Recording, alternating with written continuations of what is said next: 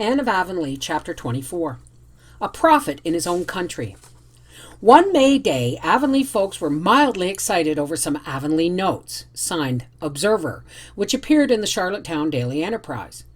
Gossip ascribed the authorship thereof to Charlie Sloane, partly because the said Charlie had indulged in similar literary flights in times past, and partly because one of the notes seemed to embody a sneer at Gilbert Blythe. Avonlea Juvenile Society persisted in regarding Gilbert Blythe and Charlie Sloane as rivals in the good graces of a certain damsel with grey eyes and an imagination.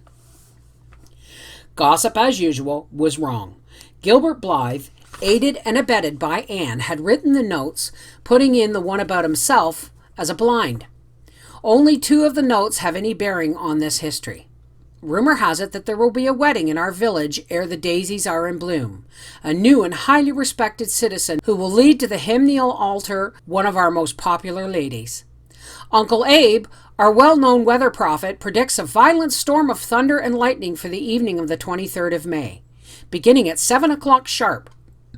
The area of the storm will extend over the greater part of the province. People traveling that evening will do well to take umbrellas and mackintoshes with them. Uncle Abe really has predicted a storm for some time this spring, said Gilbert. But do you suppose Mr. Harrison really does go to see Isabella Andrews? No, said Anne, laughing. I'm sure he only goes to play checkers with Mr. Hamilton Andrews. But Mrs. Lynde says she knows Isabella Andrews must be going to get married. She's in such good spirits this spring. Poor old Uncle Abe felt rather indignant over the notes. He suspected that the Observer was making fun of him. He angrily denied having assigned any particular date for his storm, but nobody believed him.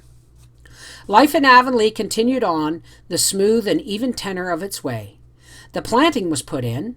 The improvers celebrated an Arbor Day. Each improver set out, or caused to be set out, 5 ornamental trees. As the society now numbered 40 members, this meant a total of 200 young trees. Early oats greened over the red fields. Apple orchards flung out great blossoming arms about the farmhouses, and the Snow Queen adorned itself as a bride for her husband. Anne liked to sleep with her window open and let the cherry fragrance blow over her face all night.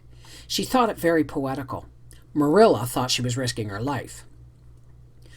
Thanksgiving should be celebrated in the spring, said Anne one evening to Marilla, as they sat on the front door steps and listened to the silver-sweet chorus of the frogs. I think it would be ever so much better than having it in November, when everything is dead or asleep. Then you have to remember to be thankful. But in May, one simply can't help being thankful that they're alive, if for nothing else. I feel exactly as Eve must have felt in the Garden of Eden before the trouble began. Is that grass in the hollow green or golden? It seems to me, Marilla, that a pearl of a day like this, when the blossoms are out and the winds don't know where to blow from next for sheer crazy delight, must be pretty near as good as heaven. Marilla looked scandalized and glanced apprehensively around to make sure the twins were not within earshot. They came around the corner of the house just then. Ain't it an awful nice smelling evening? Said Davy, sniffing delightedly as he swung a hoe in his grimy hands. He had been working in his garden. That spring, Marilla, by way of turning Davy's passion for reveling in mud and clay into useful channels, and had given him and Dora a small plot of ground for a garden. Both had eagerly gone to work in a characteristic fashion. Dora planted, weeded, and watered carefully, systematically, and dispassionately. As a result, her plot was already green with prim, orderly little rows of vegetables and annuals. Davy, however, worked with more zeal than discretion. He dug and hoed and raked and watered and transplanted so energetically that his seeds had no chance for their lives. "How's your garden coming on, Davy boy?" asked Anne. "Kind of slow," said Davy with a sigh. "I don't know why the things don't grow better. Milty Boulter says I must have planted them in the dark of the moon, and that's the whole trouble. He says you must never sow seeds or kill pork or cut your hair or do anything important in the wrong time of the moon. Is that true, Anne? I want to know." "Maybe if you didn't pull up your plants by the roots every other day to see how they're getting on at the other end, they'd do better," said Marilla sarcastically. I only pulled 6 of them up, protested Davy. I wanted to see if there was grubs at the roots. Milty Boulter said if it wasn't the moon's fault, it must be grubs. But I only found 1 grub. He was a great big juicy curly grub. I put him on a stone and got another one and smashed him flat. He made a jolly squish, I tell you. I was sorry there wasn't more of them. Dora's garden was planted same time as mine, and her things are growing all right. It can't be the moon, Davy concluded in a reflective tone.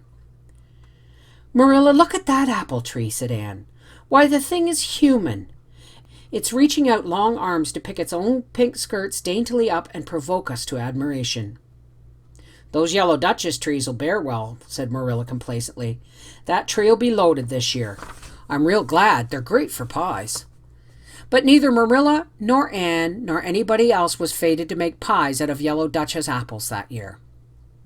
The 23rd of May came, an unseasonably warm day, as none realized more keenly than Anne and her little beehive of pupils, sweltering over fractions and syntax in the Avonlea schoolroom.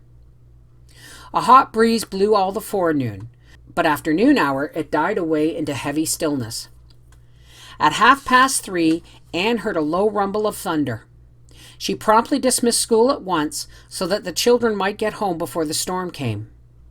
As they went out to the playground, Anne perceived a certain shadow and gloom over the world in spite of the fact that the sun was still shining brightly.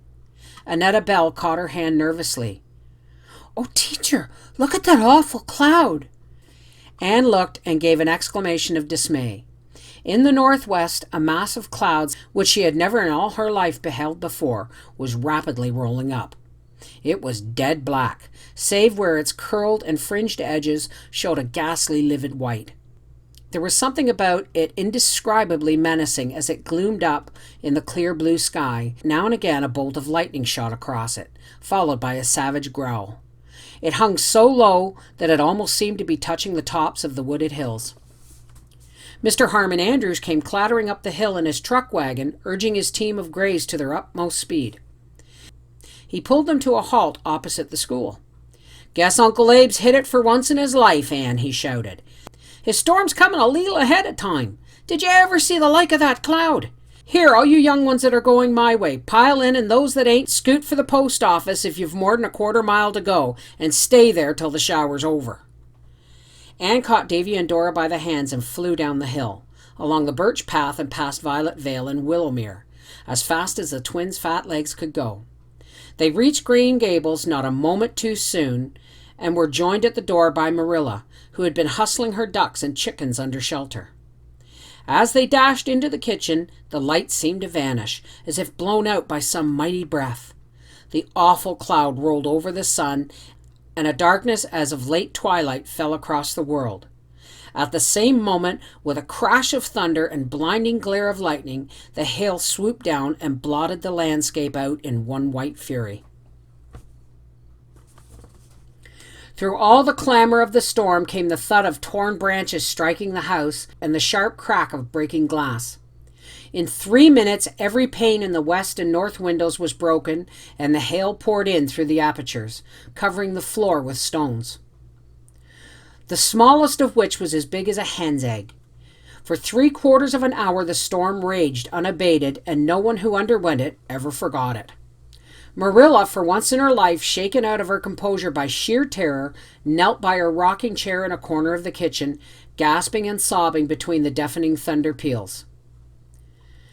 Anne, white as paper, had dragged the sofa away from the window and sat on it with a twin on either side. Davy, at the first crash, had howled, "Anne, Anne, is it the judgment day? Anne, Anne, I never meant to be naughty." And then he buried his face in Anne's lap and kept it there, his little body quivering. Dora, somewhat pale but quite composed, sat with her hand clasped in Anne's, quiet and motionless. It was doubtless if an earthquake would have disturbed Dora. Then, almost as suddenly as it began, the storm ceased. The hail stopped, the thunder rolled and muttered away to the eastward, and the sun burst out merry and radiant over a world so changed that it seemed an absurd thing to think that a scant 3/4 of an hour could have effected such a transformation. Marilla rose from her knees, weak and trembling, and dropped on her rocker. Her face was haggard and she looked 10 years older. "Have we all come out of that alive?" she asked solemnly. "You bet we have," piped Davy cheerfully, quite his own man again. "I wasn't a bit scared either, only just at the first. It come on a fellow so sudden. I made up my mind quick as a wink that I wouldn't fight Teddy Sloan Monday as I promised, but now maybe I will.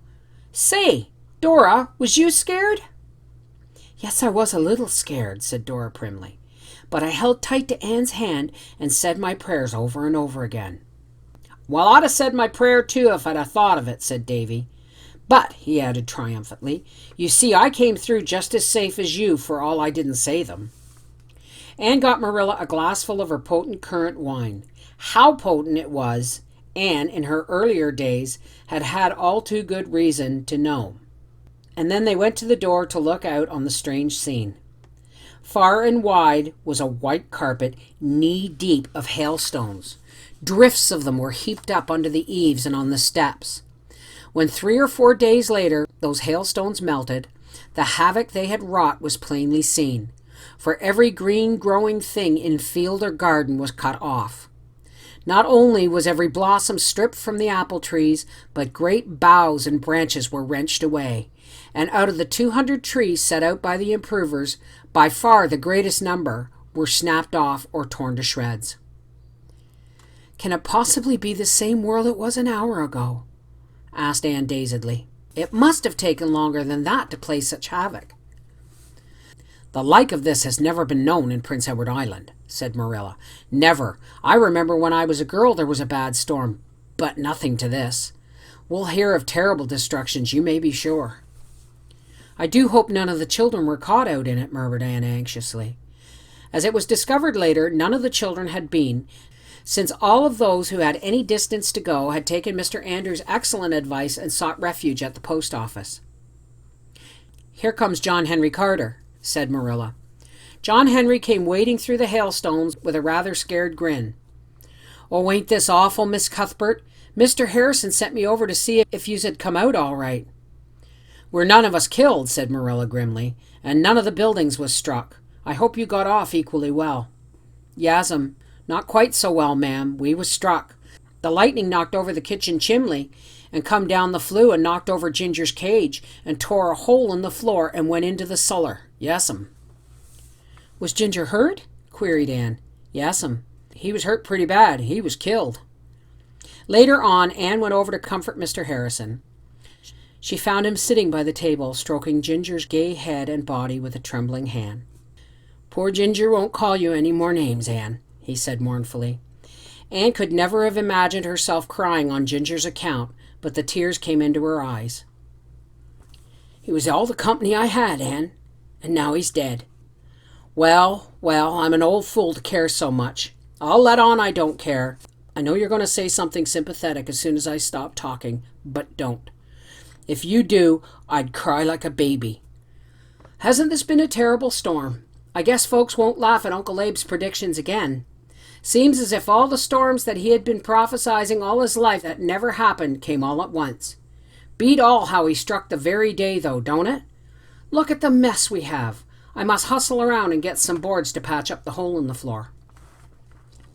Avonlea folks did nothing the next day but visit each other and compare damages. The roads were impassable for wheels by reason of the hailstones, so they walked or rode on horseback. The mail came late with ill tidings from all over the province. Houses had been struck, people killed and injured, the whole telephone and telegraph system had been disorganized, and any number of young stock exposed in the fields had perished. Uncle Abe waded out to the blacksmith's forge early in the morning and spent the whole day there. It was Uncle Abe's hour of triumph, and he enjoyed it to the full. It would be doing Uncle Abe an injustice to say that he was glad the storm had happened, but since it had to be, he was very glad he had predicted it, to the very day, too.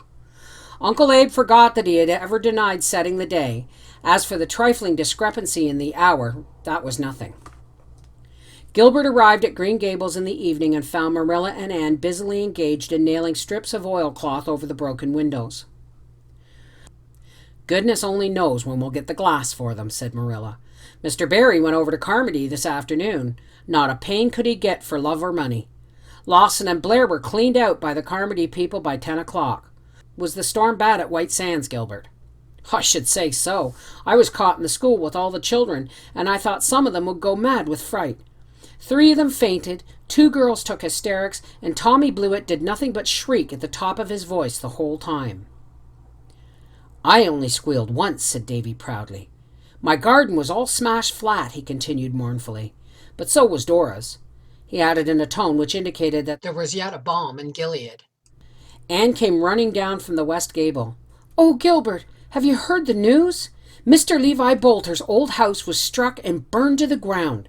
It seems to me I'm dreadfully wicked to feel glad over that when so much damage has been done. Mr. Bolter says he believes the AVIS magicked up that storm on purpose. Well, one thing is certain, said Gilbert, laughing. Observer has made Uncle Abe's reputation as a weather prophet. Uncle Abe's storm will go down in local history. It's a most extraordinary coincidence that it should have come on the very day we selected. I actually have half a guilty feeling, as if I really had magicked it up. We may as well rejoice over the house being removed, for there's not much to rejoice over where our young trees are concerned. Not 10 of them have escaped. Ah, well, we'll just have to plant them over again next spring, said Anne philosophically. That is one good thing about this world. There are always sure to be more springs.